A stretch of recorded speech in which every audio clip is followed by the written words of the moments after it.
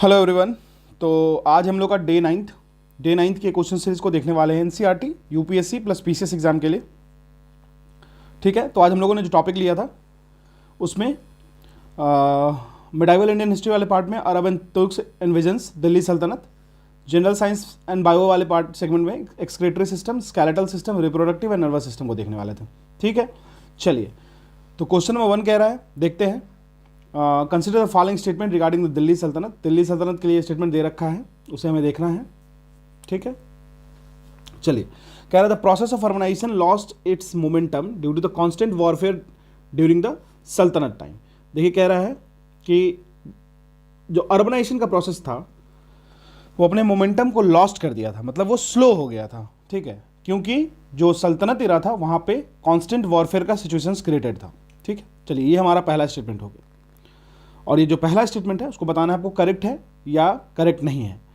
देखिए अगर हम लोग सल्तनत इरा की बात करें तो जो प्रोसेस ऑफ अर्बनाइजेशन था ना वो हमेशा मोमेंटम में रहा, तो कभी भी बीच में डिसकंटिन्यू नहीं हुआ, मोमेंटम में हमेशा रहा। इस बात का ध्यान रखना है। बहुत सारे सिटीज़ टाउन इस पीरियड में डेवलप किए गए। लाहौर एंड मुल्तान हो गया नॉर्थ वेस्ट वाले रीजन में, बरूच, कैम्बे और अनहिलवारा हो गया आपको वेस्ट में, कारा एंड लखनऊती हो गया ईस्ट में, दौलताबाद, दिल्ली एंड जौनपुर हो गया आपको इनमें से कुछ इंपॉर्टेंट प्रोमिनेंट अर्बन सेटलमेंट्स। ठीक है, तो यहाँ पे लॉस्ट वाला कंडीशन तो नहीं हुआ था, तो ये हमारा रॉन्ग हो गया स्टेटमेंट। सेकंड कह रहा था practice of Sati was prevalent during the सल्तनत पीरियड। देखो सती जो प्रथा था ना वो बिल्कुल प्रिविलेंट था और ये रुका नहीं था कभी भी, ये ध्यान रखिएगा। देखिए सबसे पहले तो एक बात जानिए, इब्न बतूता आपको पता होगा एक ट्रैवलर थे, उन्होंने भी मेंशन किया है कि किस तरीके से वुमेंस को बर्न कर दिया जाता था। जैसे उनके हस्बैंड की डेथ हुई तो उनके फ्यूनरल में उनकी जो वाइफ होती थी उनको भी बर्न कर दिया जाता था। ठीक है, ये इब्न बतूता के बुक में भी इंट्रोड्यूस किया गया इन चीज़ों को। अगर हम लोग बात करें तो थोड़ा बहुत स्ट्रक्चरल चेंज आया था हिंदू सोसाइटी में इस पीरियड में, लेकिन जो पोजीशन था वुमेन का वो same as it is translate होते चला गया था, और जो प्रैक्टिस है सती का वो वाइडली प्रिविलेंट था, ये कंटिन्यू रहा ही था।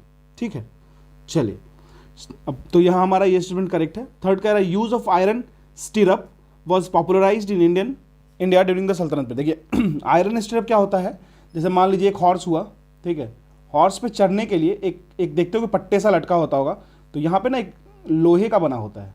ठीक है, तो ये आयरन का हो गया और इसी को कहते हैं आयरन स्टिरअप। ठीक है, तो इस पर पैर रख के जो चढ़ते हैं ऊपर तो ये काफ़ी पॉपुलराइज हुआ था सल्तनत पीरियड में, तो ये भी स्टेटमेंट हमारा करेक्ट है। देखो रीज़न ये है ना, ये जो आयरन स्टिरअप का कंसेप्ट था ना वो काफ़ी पॉपुलराइज किया गया था किसके द्वारा, तर्क्स के द्वारा, तर्क्स के द्वारा। ठीक है ना, सल्तनत पीरियड के टाइम में। तो 2 और 3 करेक्ट है, तो हमारा 2 आंसर करेक्ट हो जाएगा।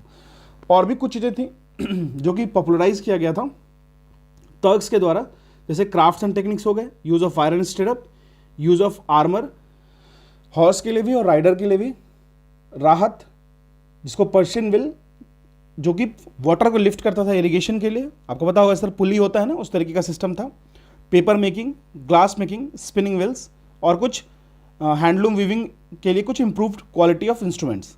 ठीक है, सुपीरियर मोर्टार, ये याद रखिएगा सुपीरियर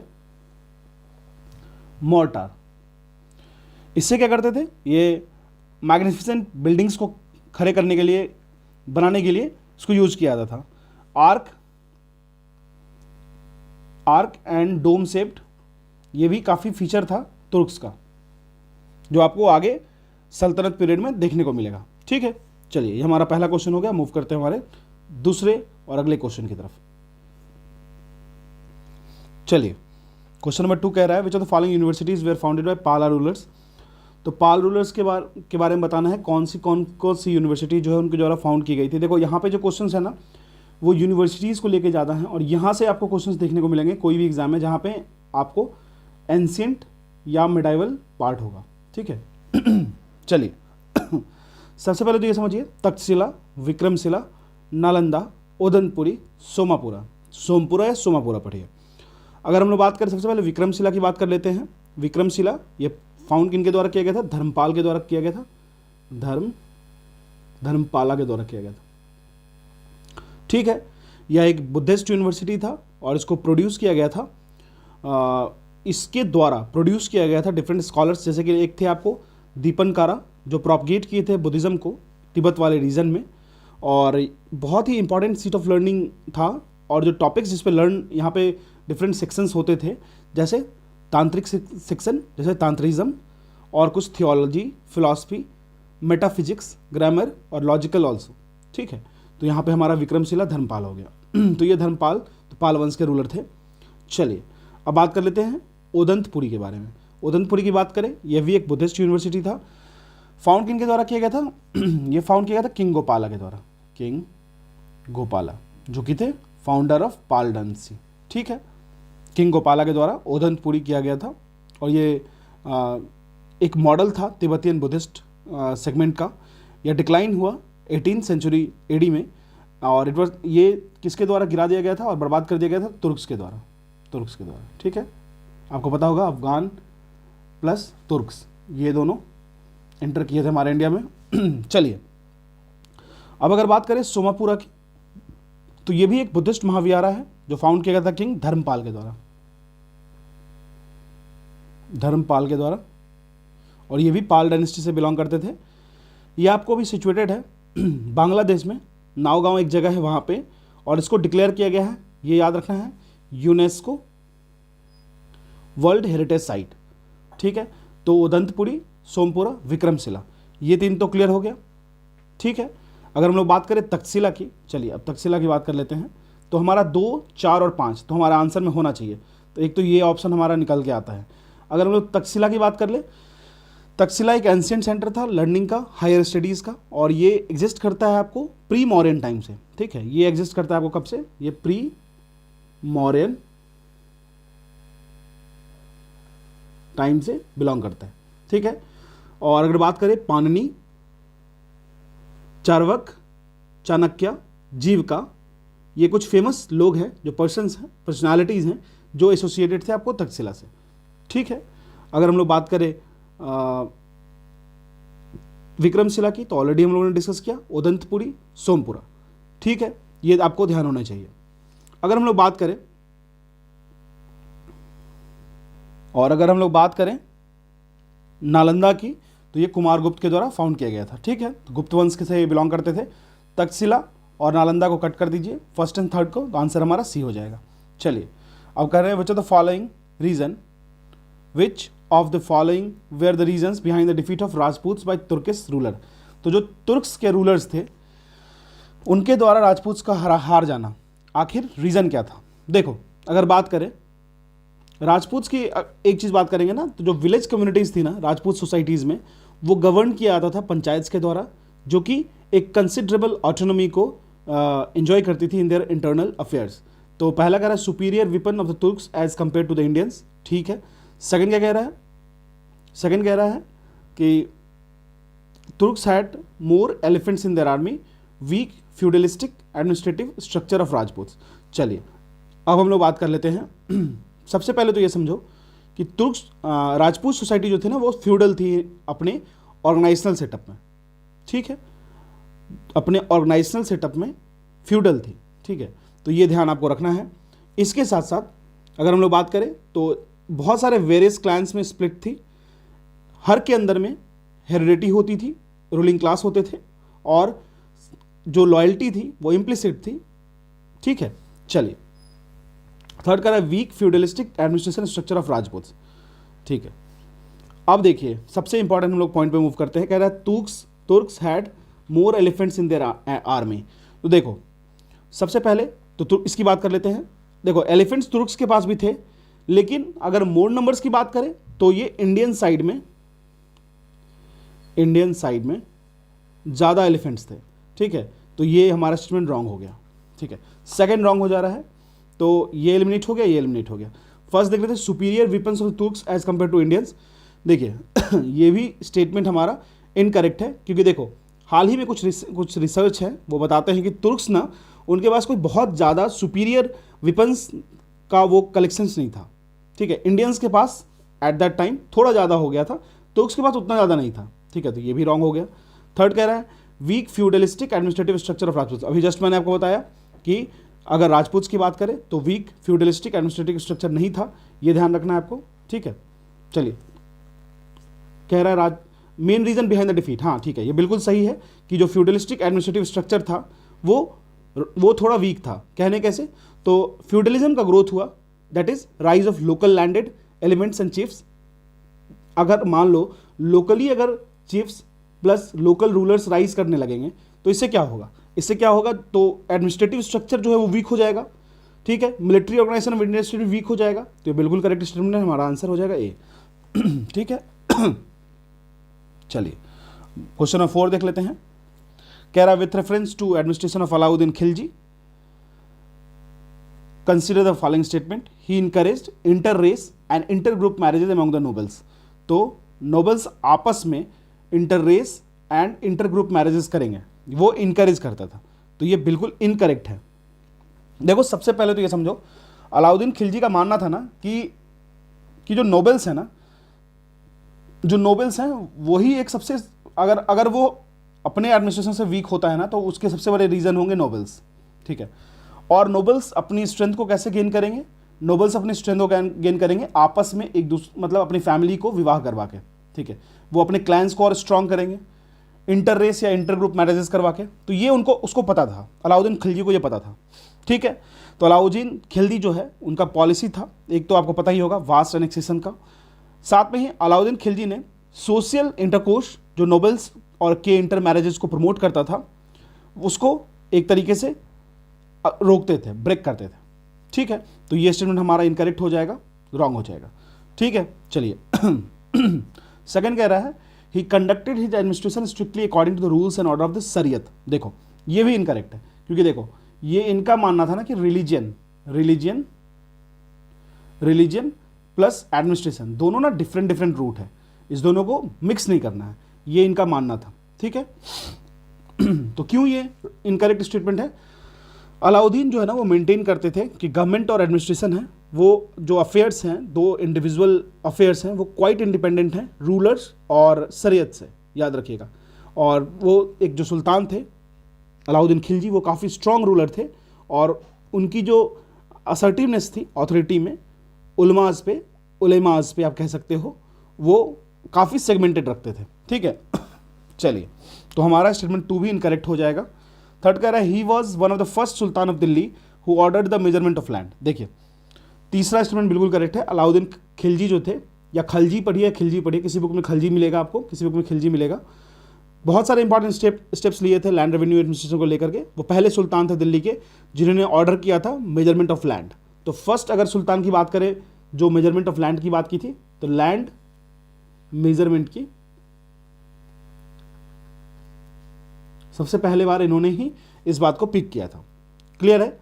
बहुत सारे बड़े लैंडलॉर्ड्स थे, वो भी इस लैंड मेजरमेंट सिस्टम या लैंड टैक्सेशन सिस्टम से बच के नहीं निकल पाए थे, ठीक है। लैंड रेवेन्यू को कलेक्ट किया था इन फॉर्म ऑफ कैश, और साथ में ही सुल्तान जो थे वो पे करते थे सोल्जर्स को इन कैश, ठीक है। जो लैंड रेवेन्यू था वो रिफॉर्म्स बहुत ही बेसिक फ्यूचर रिफॉर्म्स के तौर पर लाया गया था, और अगर हम लोग इससे पहले भी बात करें तो शेर शाह और अकबर के द्वारा भी इसको इंट्रोड्यूस किया गया था, ठीक है। चलिए तो हमारा ये बिल्कुल करेक्ट है। फोर्थ कह रहा है ही इंट्रोड्यूस सिस्टम ऑफ इतलाक। अब देखो इसको जानने से पहले आपको ये पता होना चाहिए इतलाक है क्या, ठीक है, फॉर पेइंग हिज सोल्जर्स। देखिए सबसे पहले जानिए इतलाक को इंट्रोड्यूस किया गया था फिरोज तुगलक के द्वारा, फिरोज शाह तुगलक के द्वारा,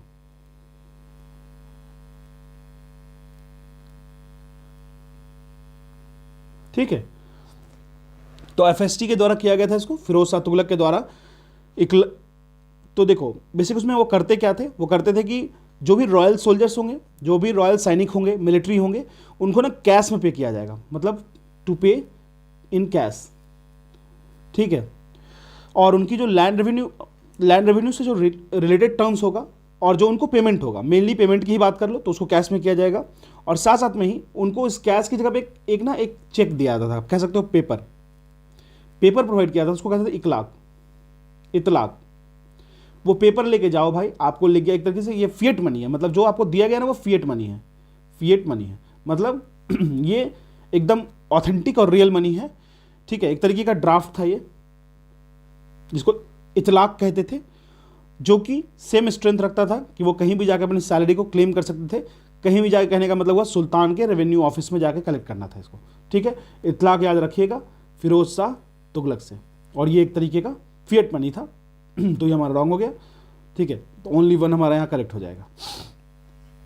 चलिए नेक्स्ट क्वेश्चन, बहुत ही इंपॉर्टेंट क्वेश्चन। चलिए, खराज,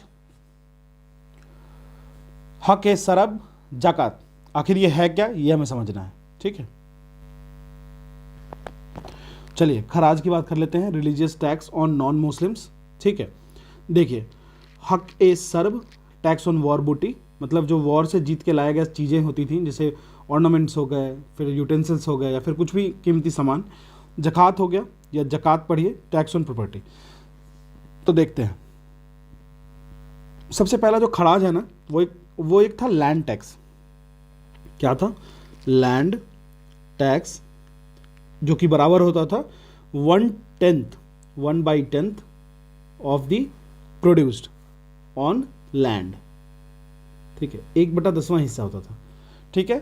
तो ये रिलीजियस टैक्स तो है नहीं, तो ये रॉन्ग हो गया हमारा, ठीक है। तो ये ध्यान रखिएगा। तो पहला स्टेटमेंट रॉन्ग हो गया। सेकंड स्टेटमेंट की बात कर लेते हैं, ठीक है। सेकंड जो है हके सर्ब, हके सर्ब जो है ये आपको वाटर टैक्स था, वाटर टैक्स, ये ध्यान रखिएगा। सबसे पहले बात करें फिरोज शाह तुगलक, वो थर्ड रूलर थे तुगलक डायनेस्टी के, जो रूल करते हैं दिल्ली में 1320 से लेके 1412 एडी तक। जब वो पावर में थे ना, 1351 से लेके 1388 एडी के पास, तो खराज, देखिए खराज, जकात, खुमास या खुम्स पढ़िए, जजिया, यह कुछ टैक्स था जो उनके रीन में इंपोज किया जाता था, ठीक है, ये ध्यान रखिएगा। तो ऑप्शन 1 तो हमारा इनकरेक्ट हो गया, ऑप्शन 2 भी हमारा इनकरेक्ट हो गया, ठीक है। चलिए, अगर हम लोग बात करें तो जकात की बात कर लेते हैं। जकात प्रॉपर्टी टैक्स था, तो ये हमारा स्टेटमेंट करेक्ट है। जकात एक प्रॉपर्टी टैक्स था जो कि इंपोज किया गया था, ज़्यादा था वेल्दी मुस्लिम्स पे, मतलब जो वेल्दी मुस्लिम्स हैं उन पे किया जाता था। और कितना था ये? तो 2.5% था ये, ठीक है, 2.5% था। क्लियर है? तो हमारा सिर्फ स्टेटमेंट 3 करेक्ट है, तो ओनली हमारा आंसर 1 हो जाएगा। चलिए मूव करते हैं नेक्स्ट क्वेश्चन पे। कह रहा है arrange the following dynasties of Delhi Sultanate according to the extent of time they ruled in ascending order. In ascending order मतलब बढ़ते हुए क्रम से, जो जितना ज़्यादा किया वो सबसे लास्ट हो जाएगा, ठीक है। तो चलो सबसे पहले तो आप ये समझो कि आपको पता होगा SKTSL, ये आपको पता दिल्ली सल्तनत का, सैयद, फिर तुगलक, फिर लोदी जो लास्ट है। सबसे पहले आप ये समझिए कि सैयद, खिलजी, फिर तुगलक, ठीक है। अब एक चीज़ समझिए आप मुझे कि सबसे लॉन्गेस्ट टर्म के लिए कौन रहा था, सबसे छोटे टर्म के लिए कौन डायनेस्टी कौन सी रही थी, ये बताना है आपको, ठीक है। अगर हम लोग बात करें तो अगर आप इस सीक्वेंस में बात करेंगे ना, तो सबसे ज़्यादा टाइम स्पेंड करने वाला तुगलक है, ठीक है, तुगलक वंश। और सबसे कम टाइम जो ड्यूरेशन है वो है खलजी का।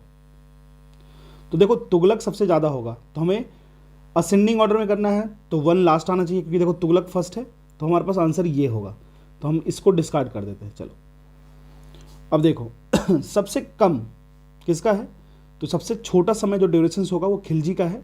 खिलजी तीसरे नंबर पे आता है, तो हमारा ऑप्शन बी और सी हो जाएगा, तो हमारा ये भी ऑप्शन एलिमिनेट हो गया, ठीक है। अब बात करेंगे बी और सी का। तो देखो अगर हम लोग बात करें तो Mahmood Ghazni and Mohammad Ghori India में आपको आते हैं, और ये अल्टीमेटली इस्टेब्लिश करते हैं दिल्ली सल्तनत को, ठीक है, 1206 से लेके 1206 से 1206 से लेके 1526 तक, बाबर के आने तक, ठीक है। 5 जो डिफरेंट हेट्रोजीनियस डायनेस्टीज़ होती हैं, रूल करती हैं दिल्ली सल्तनत पे over the period of time, उनको देखोगे अगर आप, तो सबसे पहले अगर मान लो जलाउद्दीन खिलजी की बात कर लेते हैं, तो फिरोज जो थे उन्होंने फाउंडेशन को लीड किया था खलजी डायनेस्टी की। खलजी डायनेस्टी कब से कब तक रूल करता है? 1290 से 1219 से 1320 तक, ठीक है, ये रूल करते हैं। सो स्मॉलेस्ट पीरियड की बात कर ले 30 ईयर्स, तो इनका ही रहता है, ठीक है। अब बात कर लेते हैं सैयद डायनेस्टी की। सैयद की बात कर ले तो ये एस्टेब्लिश किए थे 1414 में, 1414 से 14 से 51, तो इनका अगर देखोगे 37 ईयर्स है, तो खिलजी के बाद सैयद आ जाएगा, ठीक है, तीसरे के बाद 4 आना चाहिए, तो आंसर हमारा सी हो जाएगा, ठीक है, 3 4 5 2 1। क्लियर है? चलिए, कह रहा है with reference to the administration under Delhi Saltanat consider the following statement. ठीक है, चलिए, इन दिल्ली सल्तनत अ परगना वॉज हेडेड बाय मुक्ति, परगना जो था वो हेड किया था मुक्ति के द्वारा। The governor of provinces were called Sikdars, तो गवर्नर उस प्रोविंस का कहते थे सिकदार्स, और जो परगना को हेड करते थे वो थे मुक्ति। There was a uniform taxation system for agricultural product throughout the Saltanat. देखो अब इसके बारे में सोचते हैं, इसमें करेक्ट खोजना है हमें। क्लियर है? देखो सबसे पहले अगर बात करें तो परगना जो था ना वो नंबर ऑफ, परगना का मतलब क्या हो गया, नंबर ऑफ विलेजेस, मतलब मान लो एक ऐसा सेगमेंट हो गया जहाँ पे डिफरेंट विलेजेस हैं, तो ये सारा कंबाइन हो गया परगना। ठीक है, विलेज 1, विलेज 2, विलेज 3, इस तरीके से हो गया परगना। और इसको परगना को हेड किसके द्वारा किया जाता था? अमिल के द्वारा किया जाता था। Pargana was headed by अमिल। ठीक है, आमिर नहीं है, अमिल है, याद रखिएगा। जो प्रोविंसेस था दिल्ली सल्तनत के अंदर में उसको हम लोग कहते थे iqtas. They were initially under the control of nobles, लेकिन जो गवर्नर्स थे प्रोविंस के जिनको हम लोग मुक्तीज और वलीज कहते थे, मुक्तीज और वलीज या वालीज पढ़िए। ठीक है, याद रखिएगा। बेसिकली इनको क्या, इनका काम क्या होता था, ये लोग मेंटेन करते थे लॉ एंड ऑर्डर को और कलेक्ट करते थे लैंड रेवेन्यू को। ठीक है, तो हमारा पहला स्टेटमेंट तो बिल्कुल रॉन्ग हो गया। ठीक है, क्योंकि जो परगना था उनको हेड किया जाता था आमिल के द्वारा, मुक्ति के द्वारा नहीं। ठीक है, चलिए सेकंड देख लेते हैं। सेकंड स्टेटमेंट में अगर बात करें तो ये भी इनकरेक्ट है। जो गवर्नर्स थे प्रोविंसेस के उनको हम लोग मुक्तीज और वलीज कहते थे। ठीक है, कह रहा governor of province were called Sikdars, तो सिकदार्स नहीं थे, मुक्तीज और वलीज थे, तो हमारा दूसरा स्टेटमेंट भी रॉन्ग हो गया। थर्ड कह रहा है जो एग्रीकल्चरल प्रोड्यूस की बात करेंगे इंटायर सल्तनत में वो यूनिफॉर्म नहीं था। यहाँ पे दे रखा है यूनिफॉर्म टैक्सेशन, तो यूनिफॉर्म नहीं था क्योंकि जो टैक्सेशन सिस्टम था वो डिफरेंट था डिफरेंट पार्ट्स के लिए। तो जैसे जैसे यील्ड्स होगा, जितना ज़्यादा प्रोडक्शन होगा उस तरीके से यूनिफॉर्मिटी, उस तरीके से डिस्ट्रीब्यूशन होगा for the taxation for the agricultural produce. तो ये भी रॉन्ग हो गया, हमारा आंसर नन हो जाएगा। क्लियर है? तो यहाँ ध्यान रखिएगा, मुक्तीज नहीं होगा, आमिल होगा, और जो गवर्नर्स और प्रोविंसेस होते थे वो या तो मुक्तीज होते या वालीज होते, सिकदर्स नहीं होते। ठीक है, चलिए बढ़िया क्वेश्चन था, इसको ध्यान रखिएगा। कह रहा with reference to the system of Turkan e Chahalgani, Turkan e Chahalgani पढ़िए, कंसिडर द फॉलोइंग स्टेटमेंट। अगर हम लोग बात करें तुर्कान ए चहलगानी के बारे में, they were primarily employed as the bodyguards of the king. Razia Sultana founded this system to increase her personal security before becoming sultan. Balban was one of the member of this group. तो ये बता रहा है कि तुर्कान ए चहलगानी जो है उसके बारे में 3 स्टेटमेंट दे रखा है, हमें पता करना है। चलिए सबसे पहले तो ये जान लेते हैं शमसुद्दीन इल्तुतमिश। चलिए, वो एक स्लेव थे, आपको पता होगा, कुतुबुद्दीन ऐबक के। वो इन्वेंट करते हैं किसको? वो इन्वेंट करते हैं तुर्कान ए चहलगामी को। ठीक है, तुर्कान ए चहलगामी आखिर ये होता क्या था? ये एक group of 40 Turkish slave officers को आप कह सकते हो, 40 तुर्किश स्लेव ऑफिसर्स का कलेक्शन को हम लोग तुर्कान ए चहलगामी कहते थे। Iltutmish intended to use these slave, जो स्लेव्स थे उनको यूज़ करना था किस तरीके से, एक्सपर्टीज़ उनकी यूज़ करनी थी, करेज, कमिटमेंट और लॉयल्टी यूज़ करना था किस तरीके से, और क्यों करना था? क्योंकि उनको कंसोलिडेट करना था अपने एम्पायर के पावर को। ठीक है, तो पहला स्टेटमेंट तो बिल्कुल रॉन्ग हो गया क्योंकि ये इसमें दे रखा है कि primarily employed for the bodyguards of the king, तो ऐसा नहीं था। ये जो स्लेव्स जो ऑफिसर्स थे वो प्रोसेस करते थे excellent qualities to administer the territories, and इसी के साथ साथ उनको अपॉइंट किया जाता था governor of the provinces by Iltutmish. ठीक है, जैसे एक एग्जांपल लेते हैं, मलिक इजुद्दीन कबीर खान अयाज मोस्ट प्रोमिनेंट थे अमॉन्ग द 40 स्लेव्स ऑफिसर, और इनको अपॉइंट किया गया था as a iqtadar of Sunam, and Razia appointed him at Lahore, और साथ साथ में इक्ता ऑफ मुल्तान भी उनको देती है। ये एक एग्जाम्पल हो गया। ठीक है, चलिए स्टेटमेंट 2 भी इनकरेक्ट है क्योंकि शमसुद्दीन इल्तुतमिश जो थी वो इन्वेंट करते हैं तुर्कान में चहलगानी को, आपको पता है, और जो रजिया थी, रजिया सुल्ताना, वो डॉटर थी इल्तुतमिश की, जो कि असेंड करती हैं थ्रोन को आफ्टर लॉट ऑफ हर्डल्स, जो कि तुर्किश नोबल्स के द्वारा उनको जो हर्डल्स प्रोवाइड की जाती है फिर भी वो असेंड करती हैं थ्रोन को। रजिया बाद में रियलाइज़ करती हैं कि जो तुर्किश स्लेव्स का पावर धीरे धीरे बढ़ रहा है, तो जो भी उनको बेसिकली क्या होता था कि जैसे रजिया एक तरीके से पैरेलल वर्क कर रही हैं तो उनके साथ साथ नोबल्स भी काम करना स्टार्ट कर दिए। मतलब वो लोग इनको मान ही नहीं रहे थे, कह रहे थे कैसे एक वुमेन होके हम पे वो आकर के राज कर सकती हैं। ठीक है, तो ये ध्यान रखिएगा। तो Razia Sultana founded this system, तो नो, ये रॉन्ग हो गया। Before becoming sultan Balban was one of the members of this group, ठीक है, ये करेक्ट स्टेटमेंट है बिल्कुल। तो उलुग खान, बलबन का नाम क्या था? उलुग खान, उलुग खान, ठीक है, जिसको हम लोग बलबन भी कहते थे, ठीक है। किसलू खान, ठीक है, was the most ambitious of the group of 40, तो जो 40 तुर्कान चहलगामी था ना, 40 में से एक सबसे ज़्यादा एम्बिशियस थे, वो आप उनको बलबन कह सकते हो, बलबन थे, ठीक है, ये ध्यान रखना है। और ये सुल्तान गियासुद्दीन बलबन सीज करते हैं थ्रोन को 1266 में, और फाइनली इस ग्रुप को एलिमिनेट कर देते हैं, क्योंकि वो समझते हैं कि इस ग्रुप से ही कुछ कोई निकल के आएगा जो मुझे फिर से गिराएगा, है ना। तो यहाँ पे हमारा आंसर थर्ड करेक्ट है, ये ध्यान रखना है। तो ओनली 1 हो जाएगा।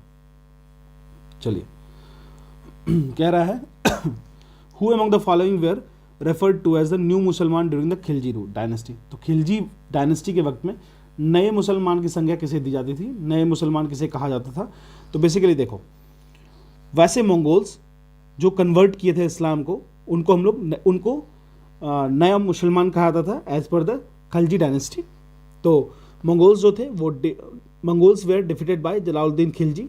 कहाँ पे इनको हराया गया था? लगभग बलबंस के फ्रंटियर लाइन, जहाँ पे ताबरहिंद सुनाम एक जगह है वहाँ पे, ठीक है। जो मंगोल्स जो हारते हैं वो एग्री करते हैं ट्रूस के लिए, 4000 मंगोल्स जो है वो कन्वर्ट करते हैं इस्लाम में और सेटल करते हैं नई दिल्ली में। आपको पता होगा मंगोलपुरी अभी भी एक जगह है नई दिल्ली में। चलिए 10वें नंबर क्वेश्चन में चलते हैं, सजदा एंड पेबोस की बात कर लेते हैं। With reference to the practice of sajda and paibos during Delhi Saltanat consider the following statement. तो स्टेटमेंट देखना है सजदा एंड पेबोस के स्टेटमेंट को कंसीडर करके, ठीक है। चलिए, कह रहा है it was introduce by sultan Balban, ठीक है, चलिए देखते हैं। हाँ, sajda was a kind of royal sermon given by sultan, paibos were the coins with the inscription of sultan name on it. देखो, सुल्तान जो थे बलबन, उन्होंने ही इंट्रोड्यूस किया था सजदा एंड पेबोस को, ये तो क्लियर हो गया है, ठीक है। सजदा अगर हम लोग बात करें तो एक तरीके से आप सेरेमनी है, ठीक है, और झुकने का मतलब झुक के सजदा करने का। और अगर हम लोग पेबोस की बात कर ले तो मोनार्क जो थे उनकी फीट को किस करना था, ठीक है, मतलब झुक के किस करना था। तो ये आखिर इस चीज़ को क्यों इंट्रोड्यूस किया गया था? इसको इसलिए इंट्रोड्यूस किया गया था ताकि जो मेन जो किंग थे, ठीक है ना, उनको एक तरीके से डिवाइन किंगशिप की तरह फॉलो करना है। मतलब वो जो बोल रहे हैं वो सही है और उनसे ज़्यादा डोमिनेट कोई नहीं कर सकता है। Even though you are the noble in the court, लेकिन आप उनको डोमिनेट नहीं कर सकते हो, ठीक है। तो ये ध्यान रखिएगा। तो पहला स्टेटमेंट जो है वो बिल्कुल करेक्ट है। स्टेटमेंट सेकंड क्या कह रहा है?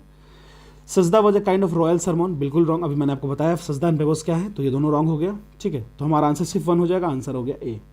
चलिए,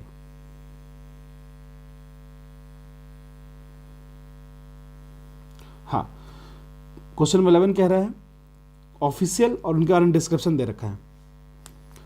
कह रहा है मुनियान्स सीक्रेट स्पाइस, बरीज जो थे intelligence officers, Diwan Mustakhraj in charge of religious affair, Ariz e Mumalik in terms of in charge of revenue.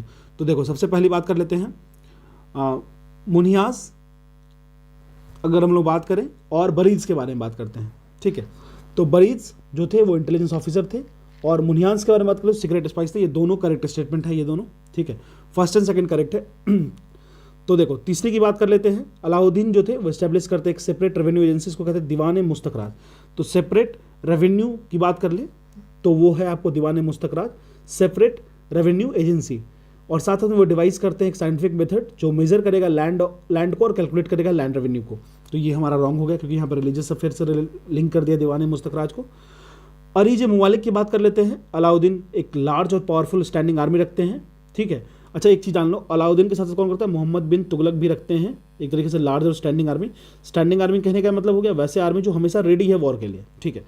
तो अलाउद्दीन एक बहुत ही large and powerful standing army रखते हैं। अरीज मुमालिक था ना, वो चार्ज था मिलिट्री अपॉइंटमेंट्स का, तो वो रेवेन्यू से रिलेटेड नहीं था। 3 और 4 रॉन्ग हो गया, 2 करेक्ट है तो ओनली 2 हो जाएगा हमारा आंसर, ठीक है। चलिए, Ziauddin Barani one of the most famous historians was the courtier of which of the following rulers. तो देखिए, ये तो सबको पता होगा। जियाउद्दीन बर्नी की बात कर ले तो मोहम्मद बिन तुगलक, ठीक है। तुगलक की जम के क्रिटिसिज्म किए हैं ये अपनी बुक में, तुगलक की जम के क्रिटिसिज्म किए हैं, ठीक है। ऐसा माना जाता है जब मोहम्मद बिन तुगलक अपनी कैपिटल को दिल्ली से दौलताबाद शिफ्ट कर रहे होते हैं तो ना ये काफ़ी मना करते हैं कि मैं नहीं जाऊँगा और इनके एक चाचा रहते हैं, उनको भी वो मना करते हैं कि मैं इनको लेके नहीं जा पाऊंगा दौलताबाद। लेकिन मोहम्मद बिन तुगलक कहते हैं कि देखो आप ऐसे मेरे बातों को काट नहीं सकते हो, तो ये ज़बरदस्ती लेके आते हैं। और ये माना जाता है ऐसा बहुत कहीं मतलब किसी हिस्टोरियन के द्वारा कि रास्ते में उनके चाचा की डेथ हो जाती है, जिससे वो काफ़ी नाराज़ हो जाते हैं। फिर क्या होता है, मोहम्मद बिन तुगलक के लिए जियाउद्दीन बर्नी जो है ना वो हमेशा कुछ ना कुछ उनके लिए रॉन्ग स्टेटमेंट्स ही प्रोवाइड करते हैं। क्लियर है। जियाउद्दीन बर्नी की बात कर लेते हैं। 1283 से 1359, डेट याद रखने की जरूरत नहीं है। एक मोस्ट इंपॉर्टेंट पॉलिटिकल थिंकर थे दिल्ली सल्तनत के, पर्टिकुलरली अलाउद्दीन खिलजी, मोहम्मद बिन तुगलक एंड फिरोज शाह तुगलक के कोर्ट में ये रहे हैं। याद रखिएगा, अलाउद्दीन खिलजी, मोहम्मद बिन तुगलक और फिरोज शाह तुगलक के कोर्ट में रहे हैं, ठीक है ना। और ये अगर इनकी बात करें तो लगभग ये 8 सुल्तान्स के टाइम को देखें अपने आंखों से, ठीक है। गयासुद्दीन बलबन से स्टार्ट कर दो और फिरोज शाह पर एंड कर दो, तो लगभग 8 सुल्तान्स को ये देखे हैं, ठीक है ना, ये अपने टेन्योर में। और वो बहुत ही इन्फ्लुएंशियल कोर्टियर थे अंडर मोहम्मद बिन तुगलक। जो रूलर था वो सर्व किए थे एक बहुत ही कोर्ट एडवाइज़र की तरह उनके कोर्ट में 17 ईयर्स तक के लिए लगभग, ठीक है। चलिए, अगर हम लोग इनकी बात करें उनके मेजर वर्क्स को, तो इसमें फतवा जहानदारी है, जिसमें किस तरीके से एडिक्ट्स के बारे में बात की गई है, जो वर्ल्ड के रूल के बारे में बताती है। साथ में तारीख ए फिरोजशाही बहुत इंपॉर्टेंट है। वहाँ ही उसी तारीख ए फिरोजशाही में पता चलता है कि मोहम्मद बिन तुगलक से कैसे वो खफा रहते थे हमेशा, ठीक है। चलिए बात करते हैं, consider the following statement with reference to dagh and chehra system during the Saltanat period of medieval Indian history, ठीक है। दाग एंड चेहरा की बात कर लेते हैं। चलिए, अब पूछ रहा है कि दाग एंड चेहरा प्रथा की बात करें सल्तनत period in medieval Indian history में, तो कौन सा इनकरेक्ट है, कौन सा इसमें इनकरेक्ट है। तो कह रहा है it was introduced by Alauddin Khilji, बिल्कुल करेक्ट स्टेटमेंट है, खिलजी ने ही लाया था इसको। Dagh refer to the branding of the horse for identification purpose, ठीक है। सेकंड कह रहा है chehra refer to the description of the soldiers. देखो यहाँ पे ना तीनों स्टेटमेंट करेक्ट है। तीनों क्यों करेक्ट है, क्योंकि देखो अलाउद्दीन खिलजी जो थे वो पहले सुल्तान थे जिनके पास ना एक टेक्निक आया कि कैसे भी एक लार्ज परमानेंट स्टैंडिंग आर्मी की बात करें, जिनको हम लोग पे करेंगे थ्रू कैश, ठीक है, कैश से पे करेंगे, रॉयल ट्रेजरी से। और उन्होंने इंपोर्ट किया हॉर्सेस को, तो हॉर्सेस को मंगाया फॉरेन से, ठीक है। हॉर्सेस को मंगाया गया, इंपोर्ट किया गया। चलिए, जब हॉर्सेस को इंपोर्ट किया गया तो जो लोकल जो रूलर्स थे, मान लो आप, या फिर जिनको भी ये दिया गया कि आप यहाँ पे स्टैंडिंग आर्मी को क्रिएट कीजिए, ठीक है, जो कैवरली मैन हो गए या फिर जो भी सोल्जर्स हो गए, तो वो लोग क्या करते थे ना, वो लोग इस हॉर्सेस को ले जा करके बेच देते थे, क्योंकि ये बहुत ही इंपोर्टेड हॉर्सेस होते थे, तो काफ़ी महंगे होते थे। और वो लेके आते थे लोकल हॉर्सेस, ठीक है। तो इससे क्या होता था, हॉर्स की क्वालिटी डिग्रेड होती थी। दूसरा क्या हो गया, मान लीजिए कि ये 4 एरिया सेगमेंटेड है, ठीक है, 4 एरिया सेगमेंटेड है, 1 2 3 4। अब इस चारों में जो भी स्टैंडिंग आर्मी है 1 मान लीजिए, 2 3 एंड 4 मान लीजिए, हर स्टैंडिंग आर्मी की या फिर ये कॉमन ब्लॉक आर्मी की के मान लीजिए 100 हॉर्सेस है, 100 हॉर्सेस यहाँ हैं, 100 यहाँ हैं और 100 यहाँ हैं, ठीक है। अब मान लो कि क्या होता था, अलाउद्दीन खिलजी जो थे वो रैंडम चेक करने पहुंच जाते थे कि आखिर जो आर्मीज हैं वो तैयार हैं कि नहीं है, जो सोल्जर्स हैं वो ढंग से चीज़ों को मेंटेन कर रहे हैं कि नहीं कर रहे हैं, ठीक है। तो यहाँ क्या हुआ, जैसे मान लीजिए यहाँ पे 100 हॉर्सेस, इन्होंने क्या किया, 50 हॉर्सेस को बेच दिया और 50 रखे। यहाँ पे 100 थे तो वहाँ 50 रखे। जैसे यहाँ पे चेक करने आया खिलजी, तो यहाँ से 50 हॉर्सेस को यहाँ ट्रांसफर कर दिया गया, इसी तरीके से यहाँ कर दिया गया, यहाँ कर दिया गया। तो ये चिटिंग का जो सिस्टम था ना, उसको हटाने के लिए उन्होंने एक ब्रांडिंग का ऑप्शन लाया। ब्रांडिंग कहने का मतलब हॉर्स पे एक आइडेंटिफिकेशन मार्क लगाएंगे, ठीक है, हॉट आयरन करके, ठीक है, कुछ भी हो सकता है मार्क, सिंबल स्टार ले लो, फिर 5 ले लो, 6 ले लो, कुछ भी, ठीक है। तो इससे क्या होता था कि जो दाग था उससे हॉर्सेस को मार्क किया जाता था। चेहरा मतलब एक आइडेंटिफिकेशन प्रूफ दिया जाता था सोल्जर्स के लिए, ठीक है। तो दोनों का दोनों स्टेटमेंट यहाँ पे करेक्ट है, ये आपको ध्यान रखना चाहिए था। तो आखिर दाग प्रथा क्या करता था, ये अलाउ करता था गुड क्वालिटी हॉर्सेस को कि वो ईजिली वहाँ पे अकोमोडेट करे, उसको कोई सेल ना कर पाए, ठीक है। चेहरा की अगर बात करें तो फिजिकल डिस्क्रिप्शन ट्रुप्स के बारे में बात पता चलेगी। चेहरा, जिसको हम लोग फेस कहते हैं, एक डॉक्यूमेंट होता था, डॉक्यूमेंट ऑफ रिकॉर्ड कह दीजिए, जो कंटेन करता था इन्फॉर्मेशन को अबाउट द इंडिविजुअल, जो कि वहाँ पे एक अच्छे रैंक पे है, जिसको हम लोग पहचान सकते थे, ठीक है। चलिए, बिल्कुल करेक्ट। तो यहाँ पे हमारा नन हो जाएगा, क्योंकि यहाँ पे तीनों करेक्ट स्टेटमेंट है। कह रहा है consider the following statement with reference to slaves during the reign of Iltutmish in medieval India. तो इल्तुतमिश के क्राइटेरिया से मिडाइवल इंडिया में हमें ये स्टेटमेंट्स को देखना है। कह रहा है bandagan were the special slaves appointed for military services. जो बंदगान थे वो स्पेशल स्लेव्स थे जो परचेज किए जाते थे मिलिट्री सर्विसेज के लिए, जो पुराने या शुरुआत के जो सुल्तान्स थे, स्पेशली इल्तुतमिश के द्वारा। ये याद रखिएगा, स्पेशली इल्तुतमिश के द्वारा ये बंदगान, दीवाने बंदगान भी एक लगता था। तो बंदगान एक स्पेशल स्लेव्स होते थे जिनको खरीदा जाता था मिलिट्री सर्विसेज के लिए। तो ये स्टेटमेंट बिल्कुल हमारा स्टेटमेंट करेक्ट है। क्लियर है? चलिए अब देखिए, अगर हम लोग बात करें तो इनको ना बहुत ही केयरफुली ट्रेन किया जाता था कि वो मेंटेन करेंगे इंपॉर्टेंट पॉलिटिकल ऑफिसर्स को किंगडम के, और वो टोटली डिपेंडेंट होंगे मास्टर्स एंड द सुल्तान पे, जिस पे वो कंप्लीटली ट्रस्ट कर सकते हैं। ठीक है। सेकंड कह रहा है slaves could be promoted to the ruling class. देखो दूसरा स्टेटमेंट भी करेक्ट है। जो सुल्तान थे और दो, अगर हम लोग मुस्लिम एरिस्टोक्रेसी की बात करें मेडावल इंडियन में, तो यूजुअली सर्टेन कुछ राइट्स एंड सोशल स्टेटस दिए जाते थे स्लेव्स को। स्लेव्स मतलब वैसा स्लेव्स नहीं जो यूरोपियन स्लेव्स होते थे जिनके गले में चेन होती थी, पैरों में चेन होती थी और वो सिर्फ काम करते थे, ऐसा नहीं था। यहाँ पे जो मुस्लिम्स एरिस्टोक्रेसी थी वहाँ पे, या फिर मेडावल इंडियन हिस्ट्री की बात करें तो यहाँ पे जो स्लेव्स होते थे वो यूजुअली उनको सोशल स्टेटस दिया जाता था, कुछ सर्टेन राइट्स दिए जाते थे। ठीक है, ये ध्यान रखिएगा। आपको पता होगा मलिक कफूर के बारे में, है ना। तो slaves sometimes get the corresponding labour remuneration, और साथ साथ में ही बहुत ही कभी कभी तो बहुत ज़्यादा ही वेल्थ उनको मिल जाता था, काफ़ी खुश होकर काफ़ी ज़्यादा वेल्थ दे दिया जाता था। सो जो ऑफिशियल स्लेव्स थे, because the closer contact of the ruling class, तो अपॉर्चुनिटी था कि वो लिबरेट हो जाएं, खुद को प्रमोट कर ले, और स्लेव डायनेस्टी भी बनी, आपको पता ही है। ठीक है, तो दोनों स्टेटमेंट करेक्ट है। यहाँ पे करेक्ट पूछ रहा है तो बोथ 1 और 2 हो जाएगा हमारा आंसर हो गया सी। चलिए मूव करते हैं हमारे नेक्स्ट क्वेश्चन पे। Consider the following statement regarding the Delhi सल्तनत। दिल्ली सल्तनत के ऑप्शन में हम पता करते हैं कि कौन सा स्टेटमेंट हमारा करेक्ट है।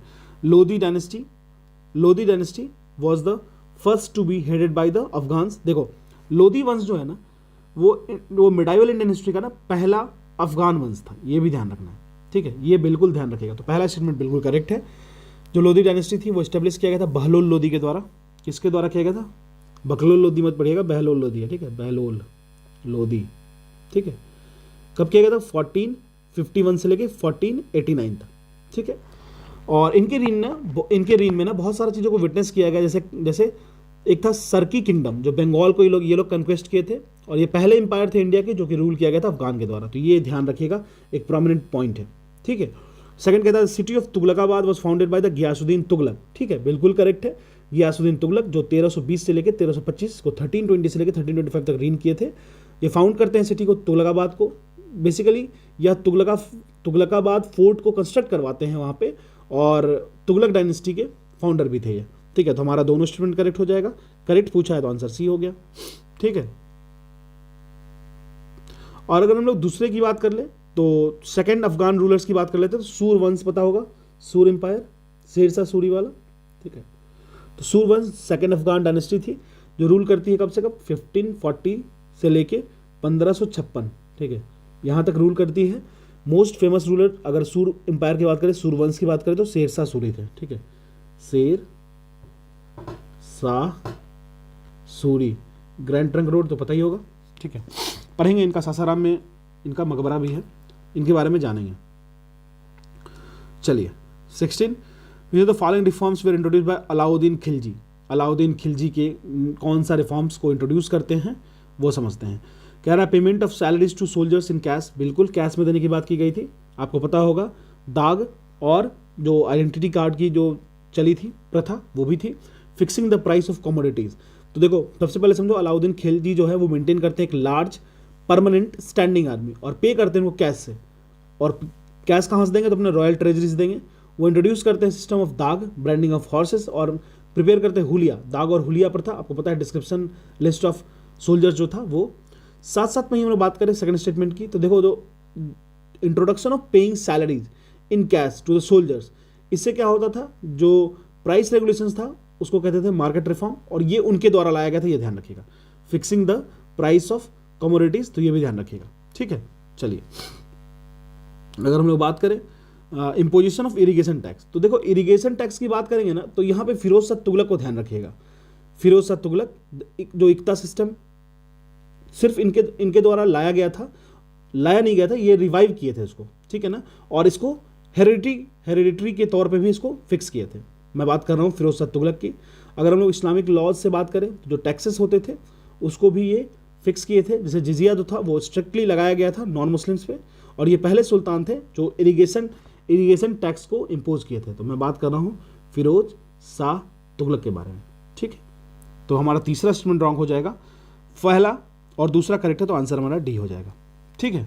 चलिए, कह रहा है which of the following statement is incorrect with regard to economic life under Delhi सल्तनत। तो हम लोग बात करेंगे इनकरेक्ट स्टेटमेंट के बारे में, और हमें देखना है इकोनॉमिक लाइफ को, और फिर चेक करना है किस जोन में जाकर, दिल्ली सल्तनत के जोन में जाकर, ठीक है। चलिए कह रहा है India had trade contract with foreign lands lying both of its east as well as its west, ठीक है। Manufacturing of paper and superior mortar, मैंने आपको बताया था जो बिल्डिंग बनाने के काम आती थी, were introduced by the Turks. तो ये तो बिल्कुल करेक्ट स्टेटमेंट है। थर्ड कह रहा है slaves were used only in the rural areas as agricultural labourers. देखो स्लेव्स जो थे ना वो आपको अर्बन एरियाज में भी प्रेजेंट थे और रूरल एरियाज में भी प्रेजेंट थे, ठीक है। तो पूछ रहा है इनकरेक्ट, तो यहाँ पे आंसर हो जाएगा हमारा सी, क्योंकि यहाँ पे सिर्फ रूरल एरियाज की डिस्कशन कर रहा है। यूज ऑफ आयरन स्टिरअप मैंने ऑलरेडी बताया है, पॉपुलराइज किया गया था तुर्क्स के द्वारा, ठीक है। तो ये भी करेक्ट है, तो हमारा answer A B D correct है, सी इनकरेक्ट है, तो आंसर हमारा सी हो जाएगा, ठीक है। चलिए, विथ रेफरेंस टू दिल्ली सल्तनत पीरियड द टर्म जिमीज, ठीक है ना। देखो ये टर्म जो है ना बहुत इंपॉर्टेंट है, जिमीज रेफर टू, ये किस चीज़ से रेफर है, तो बेसिकली ये नॉन मुस्लिम्स होते थे जिसमें हिंदूज भी इंक्लूडेड होते थे। तो नॉन मुस्लिम जिनको जिमीज मानाता था, जिमीज, और आप कह सकते हो प्रोटेक्टेड पीपुल, प्रोटेक्टेड पीपुल, ठीक। और ये जो लोग थे वो उनको फोर्स किया जाता था कि आप पे कीजिए taxes in the form of jaziya, ठीक है। जजिया टैक्स जो होता है वो पे करना था। शुरुआत में जजिया जो है वो कलेक्ट किया जाता था पार्ट ऑफ लैंड टैक्स।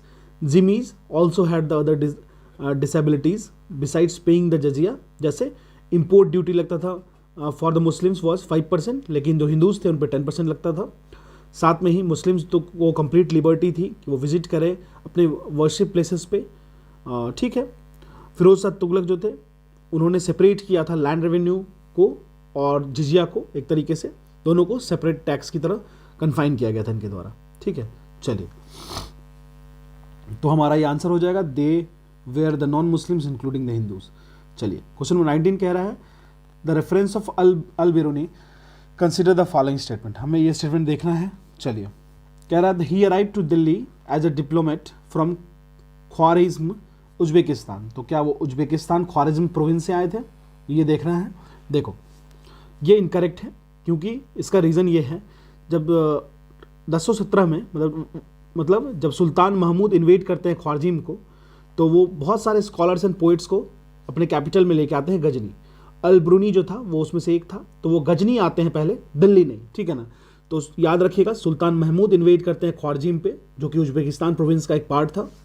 उसको जब वो इन्वेट करते हैं तो बहुत सारे स्कॉलर्स और पोइट्स को अपने कैपिटल लेके जाते हैं। कैपिटल कहाँ पे था, जहाँ पे वो लेके जाते हैं वो जगह था गजनी, ठीक है। तो गजनी लेके जाते हैं, दिल्ली नहीं। तो अल बिरूनी जो था वो भी उनमें से एक था। वो गजनी आता है होस्टेज की तरह, और याद रखिएगा हॉस्टेज की तरह उसको पकड़ के लाया जाता है। तो हमारा पहला स्टेटमेंट तो रॉन्ग हो गया, डिप्लोमेट की तरह तो लाया नहीं गया था, हॉस्टेज की तरह लाया गया था, तो रॉन्ग हो गया।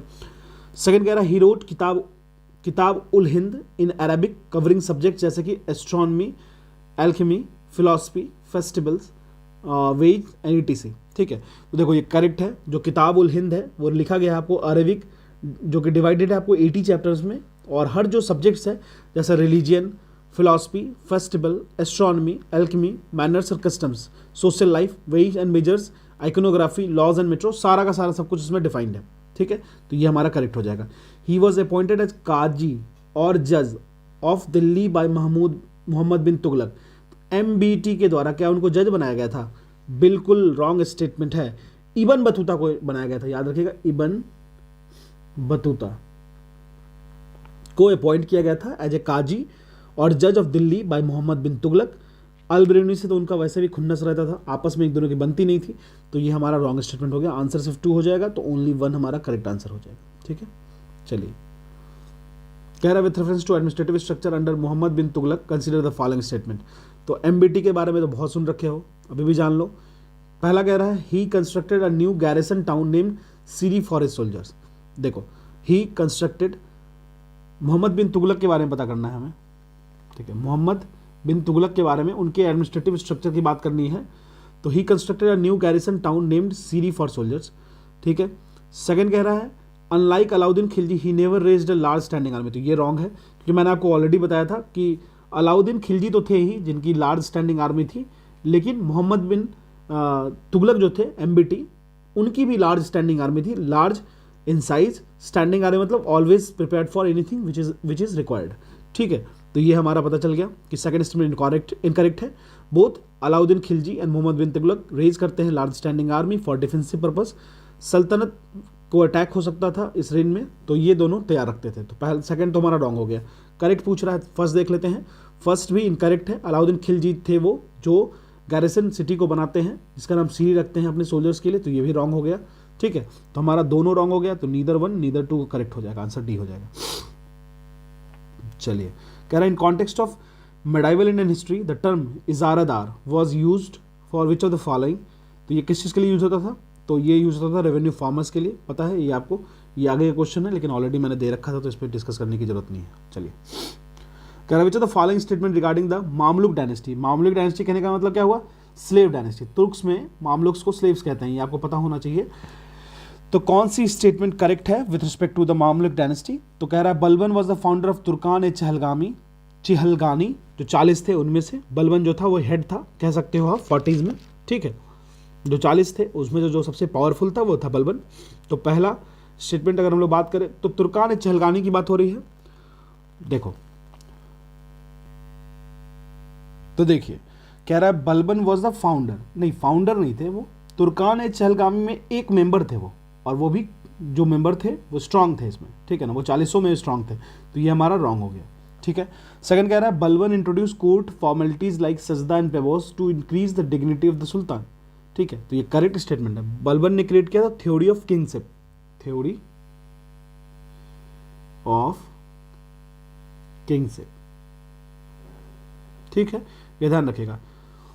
चलिए, तो ये हमारा करेक्ट स्टेटमेंट है। Sajda that is kissing the ground beneath the feet of the sultan, paibos both जो भी गेस्टर था, सजदा मतलब आपको झुक के सलाम करना है और पाँव को चूमना है इन पैबोस, ठीक है। चलिए, तो हमारा सेकंड करेक्ट है, तो ओनली 2 हो जाएगा, आंसर हमारा बी हो जाएगा। चलिए,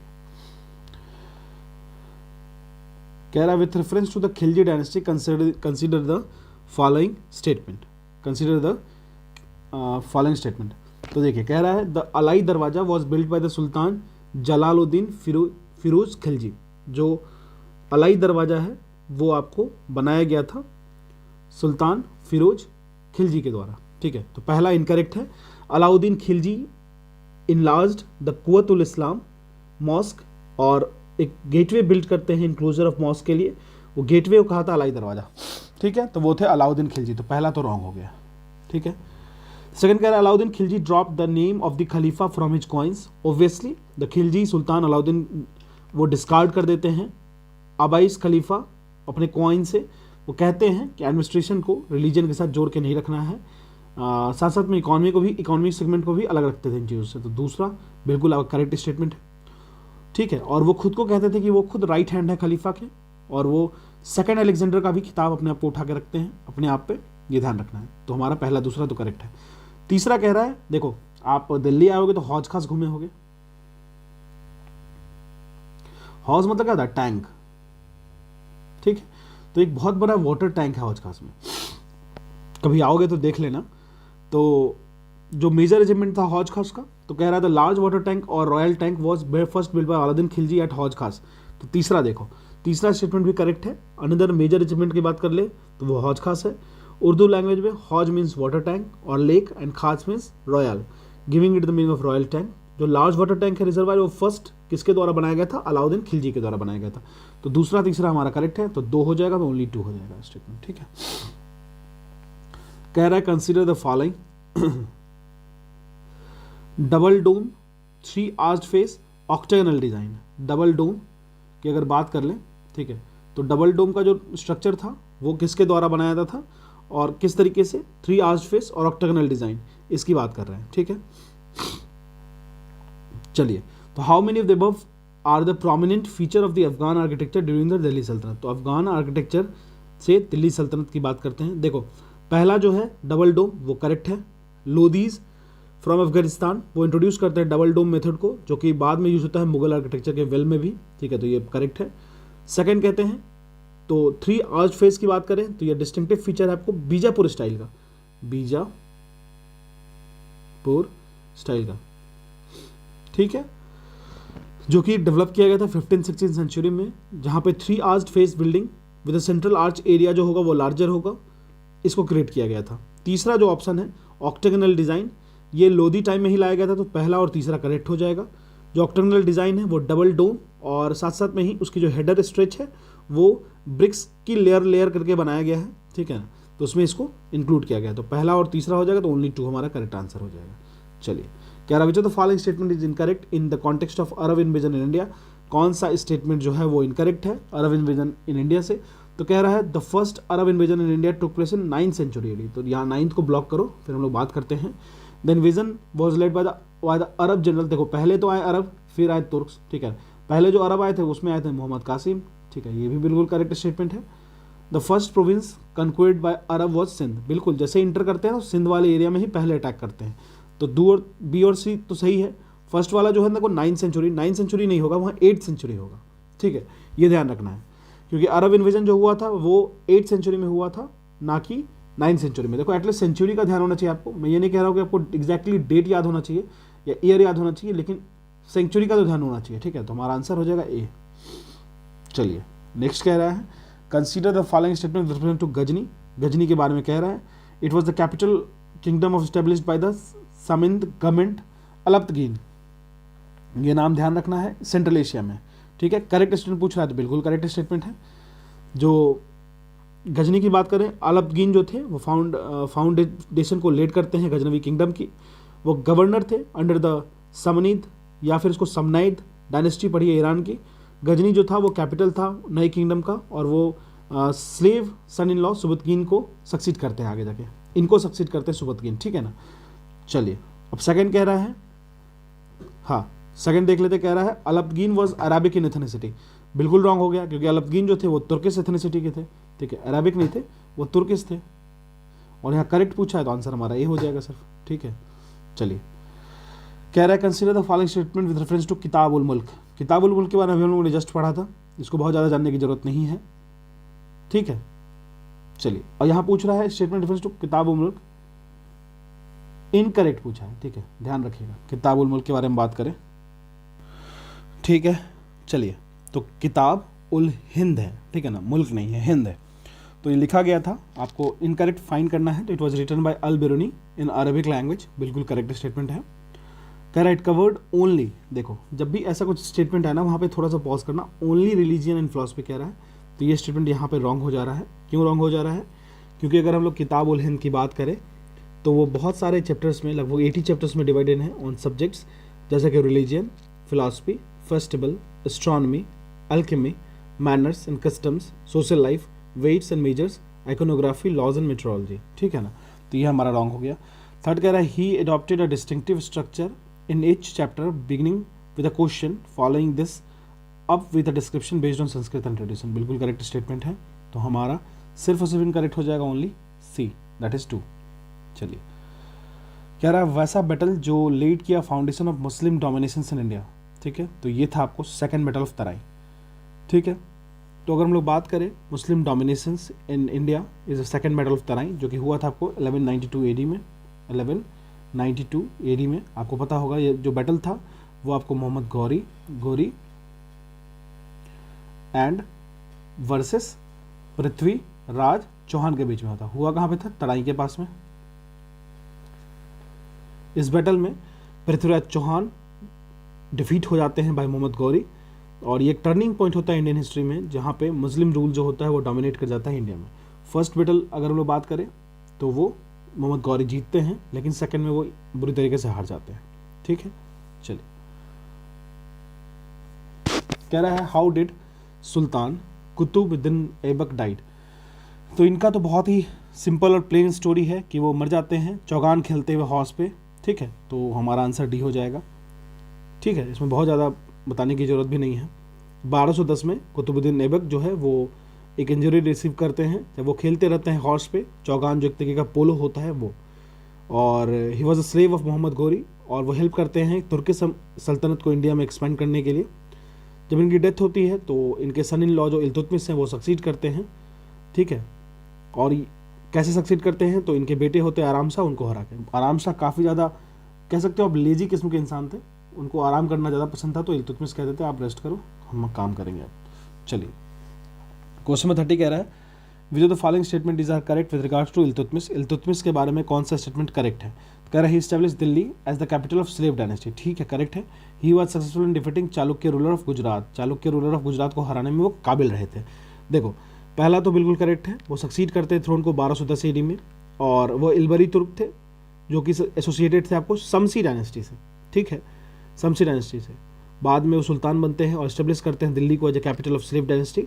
नोबल्स क्योंकि जो नोबल्स थे लाहौर के वो उनके एक्सेशन से अगेंस्ट थे, इसलिए वो दिल्ली शिफ्ट करते हैं कैपिटल को, और वो रिसीव करते हैं title of sultan by caliph of Baghdad 1229 AD में, जिनको हम लोग स्लेव ऑफ ए स्लेव कहते हैं, मतलब स्लेवों का स्लेव, ठीक है, दासों का दास।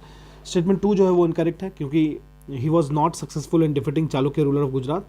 वो एक्सपेडिशंस पे तो जाते हैं चालुक्य गुजरात, लेकिन वहाँ पे चलो थक हार के लौटते हैं, मतलब जीता हुआ नहीं, एक तरीके का फेलियर होता है उनका। तो ये रॉन्ग हो गया, आंसर हमारा सिर्फ और सिर्फ 1 हो जाएगा, ठीक है। चलिए करा with reference to work of human kidney consider the following statement. हम लोग बायो वाले सेगमेंट को स्टार्ट करते हैं with the fresh start. Let's begin with the bio segment. कह रहा है with reference to work for human kidney consider the following statement.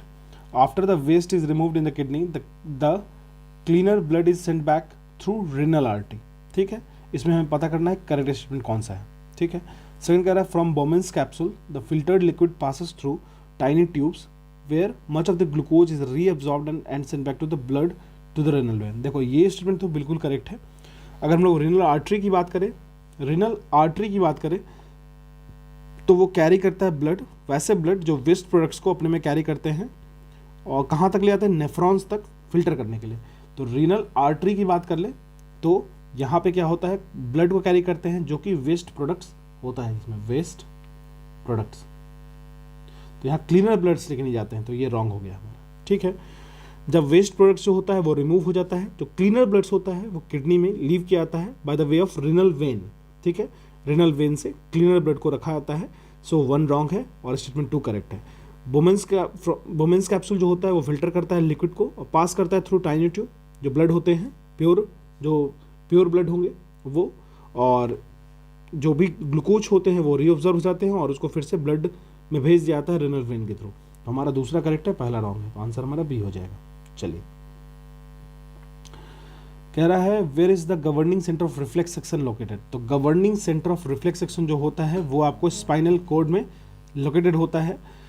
अगर हम लोग रिफ्लेक्स आर्क की बात करें, एक न्यूरल पाथवे होता है जो कंट्रोल करता है एक्शन, रिफ्लेक्स एक्शन को, ठीक है। अगर हम लोग हायर एनिमल्स की बात करें तो मोस्ट सेंसरी न्यूरॉन्स जो होता है वो पास नहीं करता है डायरेक्ट ब्रेन के थ्रू, बट एक होता है साइनेप्स जो स्पाइनल कॉर्ड में होता है उसके थ्रू, ठीक है, उसके थ्रू पास करता है, जो कैरेक्टरिस्टिक होता है, जो अलाउ करता है रिफ्लेक्स एक्शंस को कि आप रिलेटिवली क्विकली एक्टिवेट होइए स्पाइनल मोटर न्यूरॉन के थ्रू बिना किसी डीले के, और जो सिग्नल्स होते हैं वो ब्रेन के थ्रू पास होता है, ठीक है ना। अगर हम लोग बात करें ब्रेन का तो वो रिसीव करता है सेंसरी इनपुट को थ्रू रिफ्लेक्स एक्शंस जो ऑकर होता है। रिफ्लेक्स एक्शन मतलब जैसे मैंने आपको एक बॉल फेंका और आपने तुरंत रिएक्ट किया उस पर, ठीक है, हालांकि आप उसको देख भी नहीं रहे थे, लेकिन ये रिफ्लेक्टिविटी है, ठीक है। तो ये जो 2 तरीके का रिफ्लेक्स आर्क होता है, एक होता है autonomic reflex arc, reflex arc की बात करें तो एक होता है ऑटोनोमिक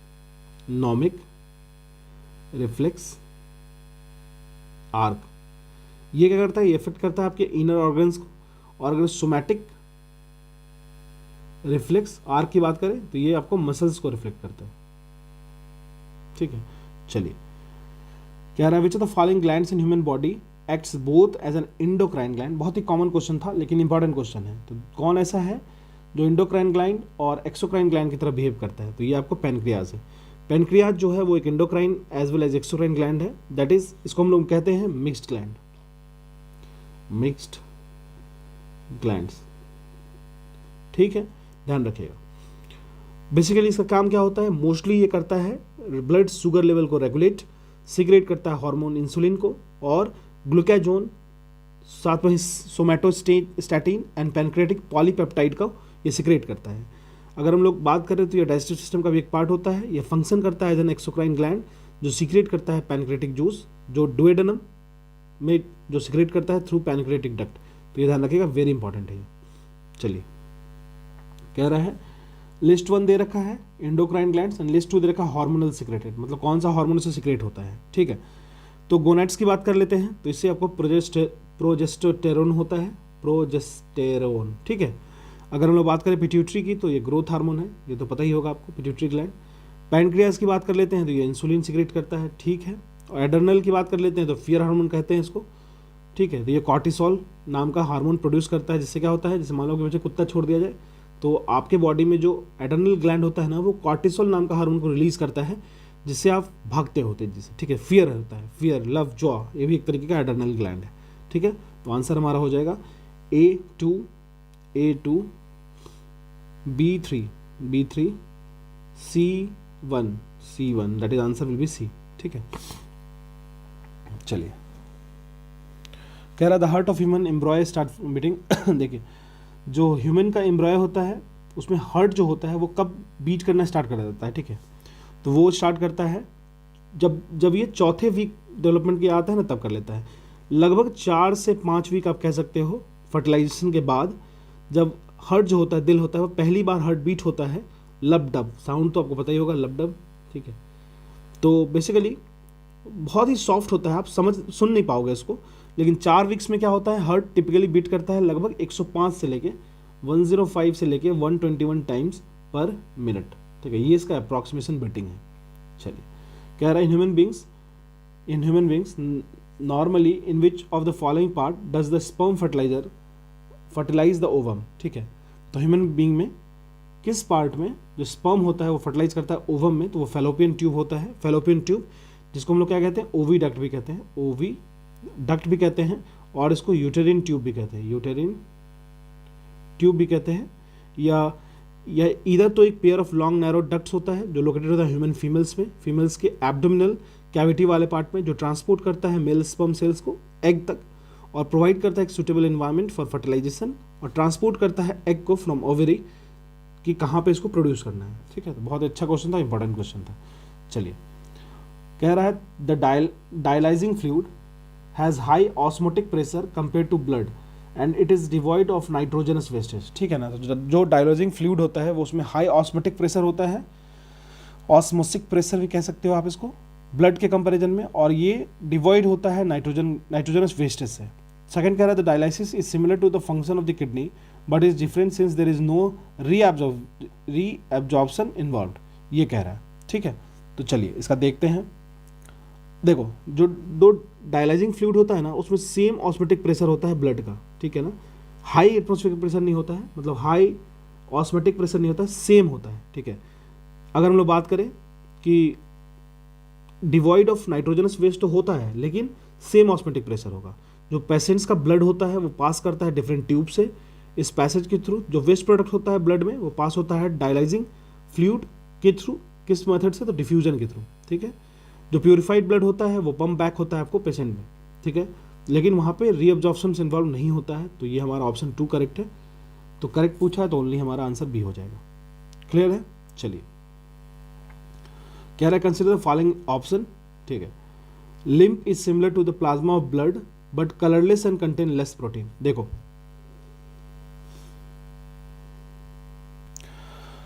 अब सेकेंड ऑप्शन कह रहा है lymph carries digested and absorb fat from liver and drains excess fluid from extra cellular space back to the blood. ठीक है, देखो सबसे पहले तो ये बात समझो कि जो भी पोर्स होते हैं हमारे वॉल्स ऑफ कैपिलरीज, जो कैपिलरीज होते हैं उसमें जो उसके वॉल पे ना छोटे छोटे पोर्स होते हैं। ठीक है, और जो कैपिलरीज उसमें कुछ अमाउंट ऑफ प्लाज्मा होता है, प्रोटीन होता है, ब्लड सेल्स होते हैं जो कि स्केप करते हैं इंटर सेलुलर स्पेस से, कहाँ पे, टिश्यूज़ में, और ये जो टिश्यू होता है उसमें टिश्यू फ्लूइड का फॉर्मेशन करते हैं, या फिर इसको आप लिम्फ कहते हैं। लिम्फ जो होता है वो कैरी करता है डाइजेस्टेड एंड एब्जॉर्ब फैट, याद रखिएगा, लिम्फ कैरी करता है digested and absorb fat from intestine, from liver से नहीं, इंटेस्टाइन, और ये ड्रेन करता है एक्सेस फ्लूइड को फ्रॉम एक्स्ट्रा सेलुलर स्पेस फिर से ब्लड में भेजता है, लेकिन वो लीवर से नहीं इंटेस्टाइन से करता है, ठीक है। तो ये हमारा रॉन्ग हो गया। और जो फर्स्ट है, lymph is a similar plasma to blood, लेकिन ये कलरलेस होता है और लेस प्रोटीन होता है, तो एब्सोल्युटली करेक्ट है, आंसर हमारा ये हो जाएगा। चलिए, कह रहा arteries are the vessels which carry blood away from the heart, ठीक है। आर्टरीज वैसे ब्लड को कहते हैं, आर्टरीज वैसे ब्लड को कहते हैं जो कि carries blood away from heart to various organ of the body, मतलब प्योर ब्लड को कैरी आउट करता है आर्टरी, ठीक है। Veins have thick walls, thick elastic walls to ensure that the blood flows only in one direction. देखो, अगर हम लोग बात करें, आर्टरी जो होता है वो वैसे वेसल्स होते हैं जो कैरी करते हैं ब्लड को अवे फ्रॉम द अर्थ, जो हमारे various organ of the body में ले आते हैं। अगर हम लोग ब्लड की बात करें तो ब्लड जो हार्ट से इमेज हो रहा है बहुत हाई प्रेशर में होता है, क्योंकि हार्ट का काम ही होता है पंप करने का। जो आर्टरीज होते हैं उनके पास जो होता है ठीक इलास्टिक वॉल होगा, तो आर्टरीज के पास ठीक इलास्टिक वॉल्स होता है। देखो सीधी सी बात है, जहाँ पे मोटर लगा है, जो हार्ट लगा है, ठीक है, वहाँ पे जो काफ़ी प्रेशर में निकलेगा। जब प्रेशर काफ़ी हाई होगा, तो प्रेशर हाई होगा तो क्या होगा, तो ज़्यादा प्रेशर एक्सर्ट कर रहा है, तो ज़्यादा प्रेशर एक्सर्ट करेगा तो हमें वॉल क्या चाहिए, ठीक चाहिए, इलास्टिक चाहिए, ठीक है। तो आर्टरीज वैसे वेसल्स होते हैं जो कैरी करते हैं ब्लड को away from the heart to various organ of the body. Since the blood जो इमर्ज होते हैं आपको हार्ट से, वो बहुत ही हाई प्रेशर में होते हैं, तो आर्टरीज के पास ठीक इलास्टिक वॉल्स होने चाहिए।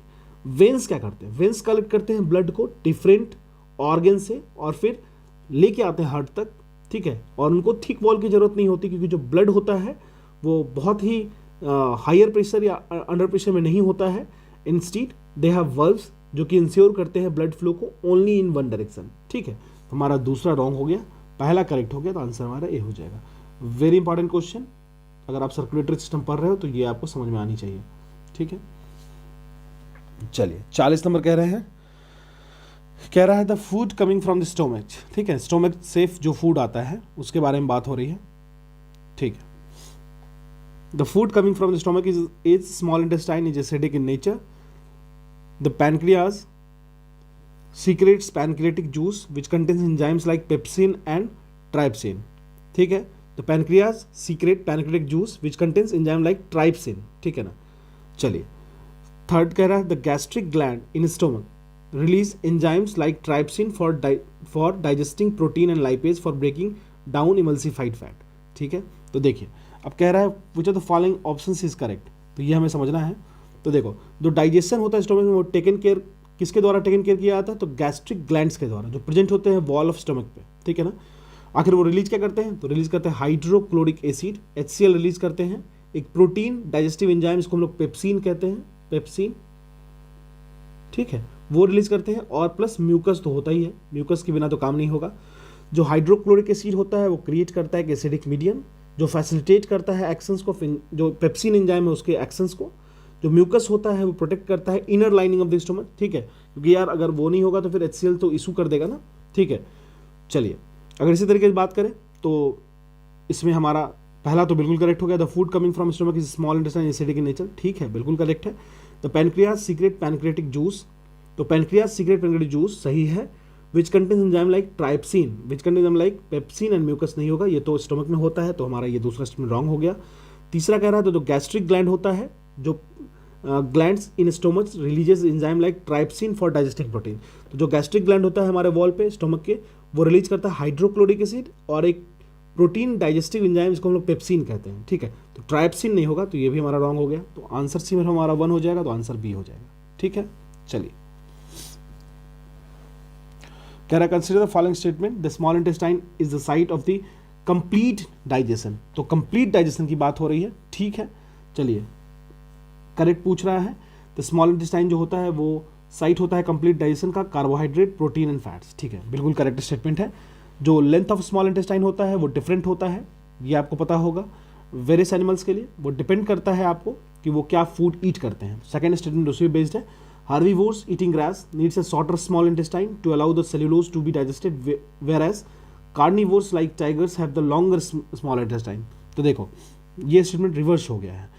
जो लेंथ ऑफ स्मॉल इंटेस्टाइन होता है ना वो डिफरेंट होता है वेरियस एनिमल्स के लिए, डिपेंड करता है कि वो फूड क्या ईट कर रहे हैं। हर्बीवोर्स ग्रास खाते हैं, उनको ना ज़्यादा लॉन्गर स्मॉल इंटेस्टाइन चाहिए, ज़्यादा समय चाहिए पचने के लिए, ठीक है। तो ज़्यादा तो ये क्या करेगा, तो अलाउ करेगा सेल्यूलोज को डाइजेस्ट होने में ज़्यादा, ठीक है। मीट जो होता है वो ईजियर डाइजेस्ट होता है। देखो सेल्यूलोज जो होता है ना, जैसे ग्रीन ग्रास हो गया, वो उसको ज़्यादा समय लगता है पचने में एज कम्पेयर टू मीट, ठीक है। सुन के अजीब लगेगा लेकिन ये फैक्ट है, ठीक है। तो मीट जो होता है वो ईजियर होता है डाइजेस्ट होने में। सो कार्निवोर्स जो होते हैं जैसे टाइगर्स, उनके पास शॉर्टर स्मॉल इंटेस्टाइन होता है, ठीक है। हमारा सिर्फ 1 करेक्ट है, तो हमारा आंसर ए हो जाएगा। कह रहा है consider the following activities, walking in a straight line, riding a bicycle, picking up a pencil. 3 में से which of the following activities are control by hind brain, ठीक है। हिंज ब्रेन कौन सा एक्टिविटी जो कंट्रोल करते हैं, ठीक है। तो देखिए walking in straight line, riding a bicycle, picking up a pencil, ये सारा का सारा हिंज ब्रेन के द्वारा कंट्रोल होता है। बहुत सारे इन्वॉलेंट्री एक्शंस जो कंट्रोल होते हैं मिड ब्रेन के द्वारा और हिंज ब्रेन के भी द्वारा।